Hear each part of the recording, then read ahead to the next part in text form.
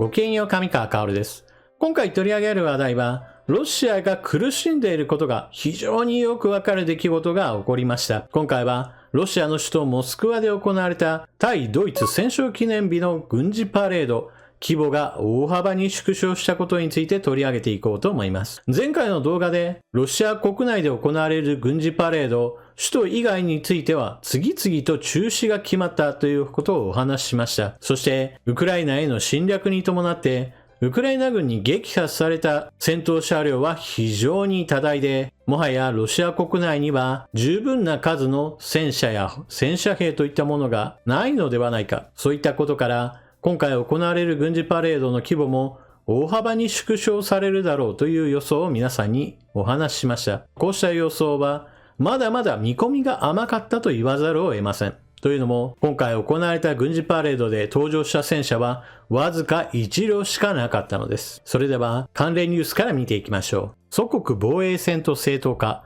作戦継続表明。ウクライナ侵略を続けるロシアは第二次世界大戦の対ドイツ戦勝記念日とする9日、首都モスクワ中心部の赤の広場などで軍事パレードを行った。モスクワでの式典でプーチン大統領は、ロシアに対して再び戦争が解き放たれたが、我々は国家の安全を守ると演説。侵略を対ドイツ戦と同じ祖国防衛戦と位置づけて正当化した。ウクライナを支援する米欧諸国を非難し、戦勝まで作戦を続ける意思も示した。第二次大戦での戦勝を国民統合の象徴としてきたプーチン政権にとって、この日の式典は国家的行事の一つ。戦闘が長期化し、ロシア国民内に厭戦気分も広がりつつある中、プーチン氏は国民の愛国心を刺激し、軍事作戦への支持を維持したい思惑だと見られる。プーチン氏は、ロシアは平和な未来を見たいと思っているとしつつ、米欧が反ロシア思想を扇動し、流血の紛争を引き起こしてきたと主張した。米欧の狙いは、ロシアを崩壊させ、破壊することだとし、米欧はそのために、ウクライナ国民を利用しているとする従来の自説も展開した。赤の広場でのパレードには、1万人超の軍人と約125の兵器が参加。第二次大戦期の戦車 T-34 が先導し、核ミサイルを発射可能な弾道ミサイルシステム、イスカンデルヤムや対空ミサイルシステム S400、大陸間弾道ミサイルヤルスなどが続いた。航空部隊は参加しなかった。複数の地方都市では安全対策などを理由にパレードの中止が事前に決定された。そしてこちらの写真が実際に行われたパレードの一場面です。先頭にいる戦車が第二次世界大戦当時に使用された T-34 です。その後ろには軍用車両が続いています。そしてこちらが映像。戦車がたった1両ポツンといる非常にみすぼらしいものとなっています。対ドイツ戦勝記念日だからという理由で第二次世界大戦当時の戦車を出すというのであれば T-34 をずらずらと並べるといった手法を用いてもよかったはずです。それすらもできなかったというのが今回の実情なのでしょう。このように全体像を映してしまうと非常にみすぼらしいことから軍事パレードでは戦車をなるべく大きく映す工夫などがされていたようです。しかしどんなに取り繕おうとしても過去の軍事パレードの比較をすれば今回がいかに劣化したものであるかは明らかです。こちらは2021年の軍事パレードにおける戦車の車列です。ずらずらずらっと戦車が並んでいます。大陸国家であるロシアの場合だと、こうした地上戦力の象徴として戦車を数多く見せるというのがロシア軍の特徴だったのです。一方、現在の戦場において使用されていないものや余り気味なものについては軍事パレードに参加していました。例えば大陸間弾道ミサイルなどは今回の戦場においては使用されてはいませんから、はっきり言えば兵器も兵士も本格的な侵攻前から何ら変わらない生活を送っています。また、ウクライナ空軍はもともと規模としては小さいものですから、ロシア軍の対空部隊もまだ余り気味な部分があります。ですから、戦車が第二次世界大戦当時のものなのに比べると、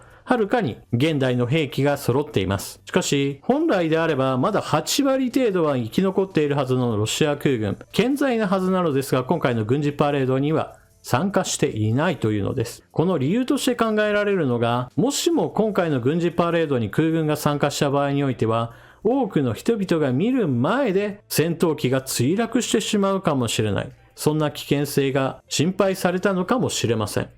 こちらの映像は戦闘とは全く関係なく、ロシア軍の戦闘機が火を吹いて墜落してしまうという場面です。ロシアにおいては整備のための予算がつけられていなかったり、整備士たちの怠慢などによって戦闘機が墜落してしまうという事故が日常的に起こっていると言われています。ちなみに去年私が調べた限りにおいては、戦闘とは全く無関係に戦闘機が11機墜落しているというニュース記事を発見しました。ウクライナ軍と戦わずとも、ロシア国内においては整備士たちの怠慢や部品が供給されないなどの理由などによって勝手に戦闘機が落ちてしまう現象が起こっているわけです。軍事パレードに参加した戦車がまさか第二次世界大戦当時に使用された T34 だけだったというのは非常に驚きです。しかもその数もたった1両に過ぎません。今回の軍事パレードにおいては現役の戦車などが全く出てこなかったというのが非常に印象的なものでした。ですからインターネット上では No Tanks といった言葉が飛び交い、もはやロシアに戦車なしなどという言葉が拡散されるような状況でした。このような言葉が飛び交ったというのも当然のことでしょう。少なくともウクライナに侵略する前であれば、ロシアとしてはこれが世界最新鋭だとして T14 を誇らしげに展示していましたし、ソ連時代からの流れで大量にあるはずの T72 など現役の戦車が一両もないというのは異様な光景です。これというのも戦場で大量に戦車がウクライナ軍に撃破されてしまったのに加えて、そうした戦車が喪失するということはイコール登場している人たちも亡くなっていることが多いです。しかも現在でもなお戦場においては激しい戦闘が継続的に行われていますから、もはやロシア本国には余裕を持って軍事パレードに出せるような人員も車両もないということを今回は表していると思います。もちろんかき集めれば最低限の数はいるはずですが、そのような無理をする余裕すらももはやないというふうに見る方が自然だと思います。プーチン大統領は戦力を温存しているんだ。だからいっそのこと隠してしまったんだと親ロシア派の人たちは言うわけですが、その結果としてあの惨状では全く合理的な理由としては成り立たないでしょう。ただ、こうした光景が発生したからには、欧米からの武器支援といったものがあったからこその変化だと言えます。戦場で多くの戦車を撃破したからこそ、ロシア本国における余裕というのもなくなってきているわけです。そして全体の戦局から言っても、ロシア軍が冬の攻勢に出て占領地を拡大しようとしたのにもかかわらず、ほんのわずかしか前進できなかった。そして欧米からウクライナに供与された戦車歩兵戦闘車がひとまず揃いました。ですから、ウクライナが守りから今度は攻めに出る番です。ただし、戦場の攻守交代が起ころうとしているわけですが、攻めるときには守る側の方が今度は有利になります。